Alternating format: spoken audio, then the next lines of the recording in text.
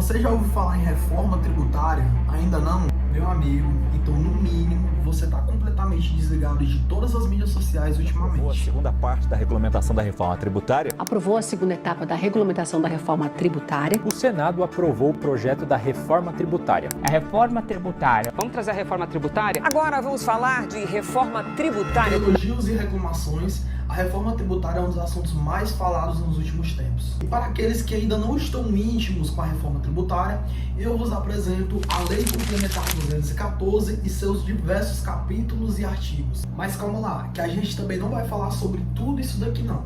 Na verdade, hoje a gente vai falar sobre o assunto que está lá no começo da Lei Complementar, o capítulo 2, que se chama das hipóteses de incidência. E tá aqui ele, ó. Deixa eu pegar ele para vocês e vamos ignorar logo tudo isso daqui, porque o assunto do vídeo é somente esse daqui, ó. Então vamos lá, gente. Aqui estamos na seção 1, capítulo 2, das hipóteses de incidência. E aqui, basicamente, vai falar as hipóteses em que causam a incidência dos impostos IBS e CBS, que são os novos impostos que vão chegar aí na reforma tributária, certo? E aqui, gente, no começo já diz logo, ó, quando que incide, quais são as hipóteses de incidência. Então já diz aqui, ó, o IBS e a CBS incidem sobre operações onerosas. Isso significa que quando necessita de algo em troca. Então são operações de bens ou serviços e essas operações são operações onerosas. Então precisa de algo em troca, geralmente um pagamento ou qualquer coisa do tipo, certo? Então, basicamente, é essa a incidência é isso que causa a incidência do IBS e do CBS. E agora vamos navegar mais um pouco por aqui. E aí, aqui a gente já pode ver que existe sim algumas exceções.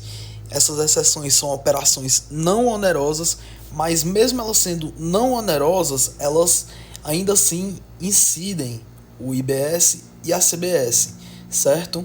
E aí você me pergunta quando que isso vai acontecer, quais são essas exceções, vai aparecer aqui, ó, na lei complementar. Então vai dizer ainda mais aqui pra frente, já a gente chega lá, certo? E aí na parte seguinte, ele basicamente vai reforçar e esclarecer o que é considerado como algo oneroso, né? No começo a gente já explicou o que é algo oneroso, mas aqui ele vai reforçar mais uma vez, que é para de fato derrubar todas as dúvidas, certo? Então aqui diz, olha, para fins do disposto neste artigo, considera-se operação onerosa com bens ou com serviços qualquer, e aqui ele vai falar o que é considerado como algo oneroso. Fornecimento com contraprestação, incluindo decorrente de...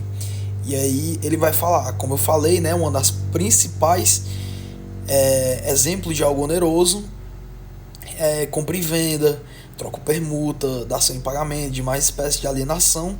E aqui ele vai dando vários e vários exemplos, como o caso aqui da locação, locação, que é considerado uma contraprestação.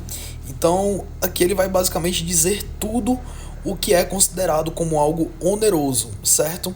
Então inicia-se daqui de compra e venda e vai até prestação de serviço. Então tudo isso daqui, gente, basicamente é esclarecendo e deixando bem claro o que é considerado algo oneroso. Então quando a gente vê nesse vídeo aqui a palavra onerosa, vocês lembrem-se desse grupo aqui, porque ele está incluso em tudo aquilo ali que é considerado oneroso. Já no terceiro parágrafo é bastante interessante porque ele vai de contraste com o segundo parágrafo. Porque o segundo parágrafo, ele basicamente diz, olha, isso daqui é o que é relevante, é o que importa para saber se isso aqui vai incidir ou não os impostos. Já no terceiro, ele diz, olha, isso aqui é o que não importa pra gente. Isso aqui pouco importa para cálculo de imposto, para saber se vai incidir ou não.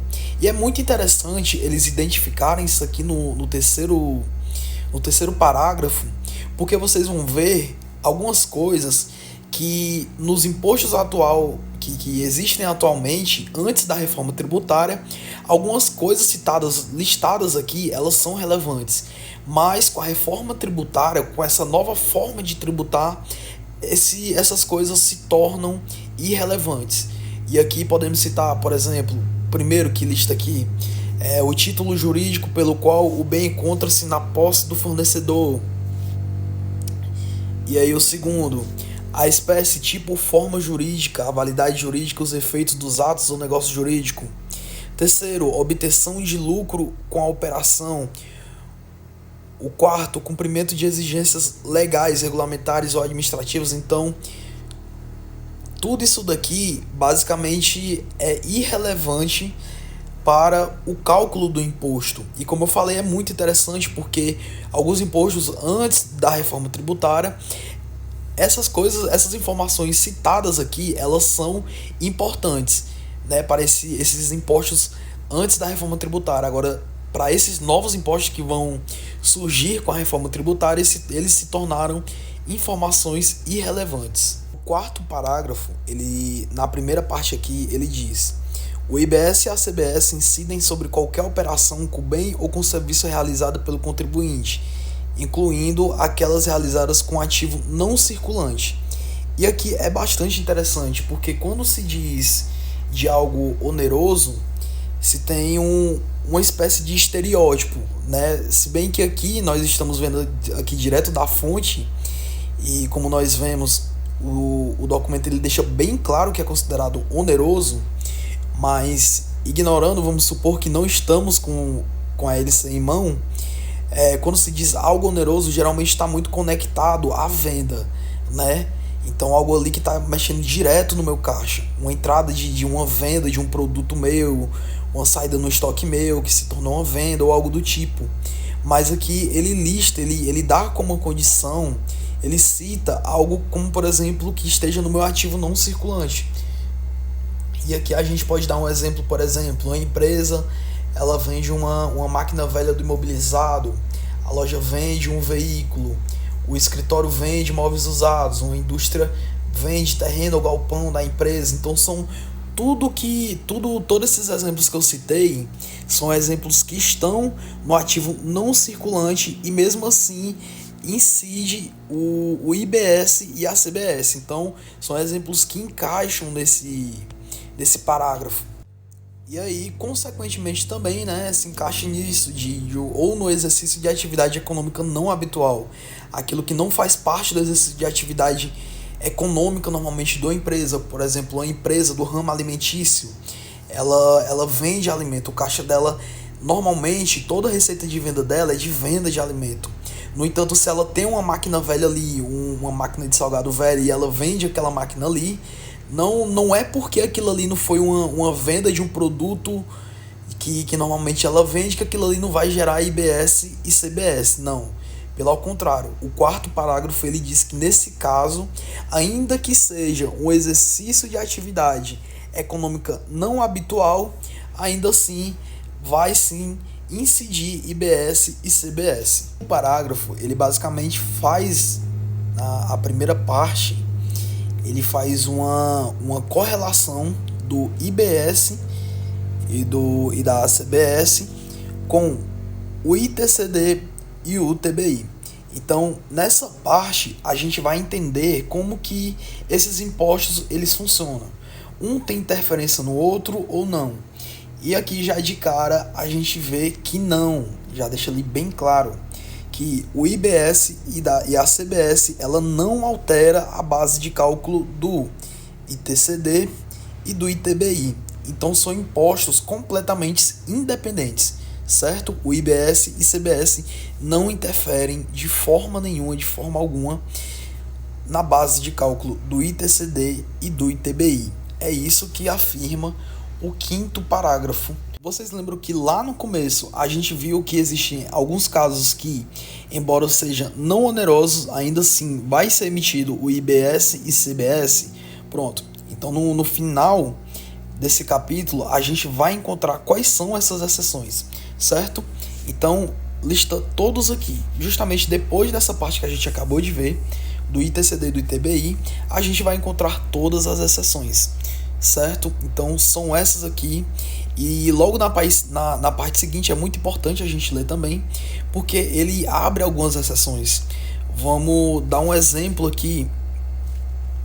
No segundo inciso, Ele diz, por exemplo, no caso do fornecimento de brindes e bonificações, que embora não seja oneroso, por estar citado aqui, né, como exceção, ele vai sim gerar IBS e CBS, certo? Já aqui, logo na frente, a gente vê que existe algumas exceções de bonificações que não vai ser gerado. Então, por exemplo, não se aplica as bonificações que constem do respectivo documento fiscal e que não dependam de evento posterior. E mesma coisa na parte seguinte, que cita que outra exceção aplica-se ao bem dado e bonificação sujeito à alíquota específica por unidade de medida, inclusive na hipótese do inciso 1 deste parágrafo. Então, basicamente isso, gente. Até aqui são várias exceções que são não onerosas, mas ainda assim vão emitir. E também, gente, existem outras exceções que são que embora sejam onerosos, eles não vão incidir, como por exemplo o fornecimento de serviços por pessoas físicas em decorrência de, aí vamos citar aqui um dos exemplos, o item A, relação de emprego com o contribuinte, e aí vai citando várias outras exceções de ações onerosas, porém que não vão incidir IBS e CBS, certo? Então essa basicamente é a parte final do capítulo 4.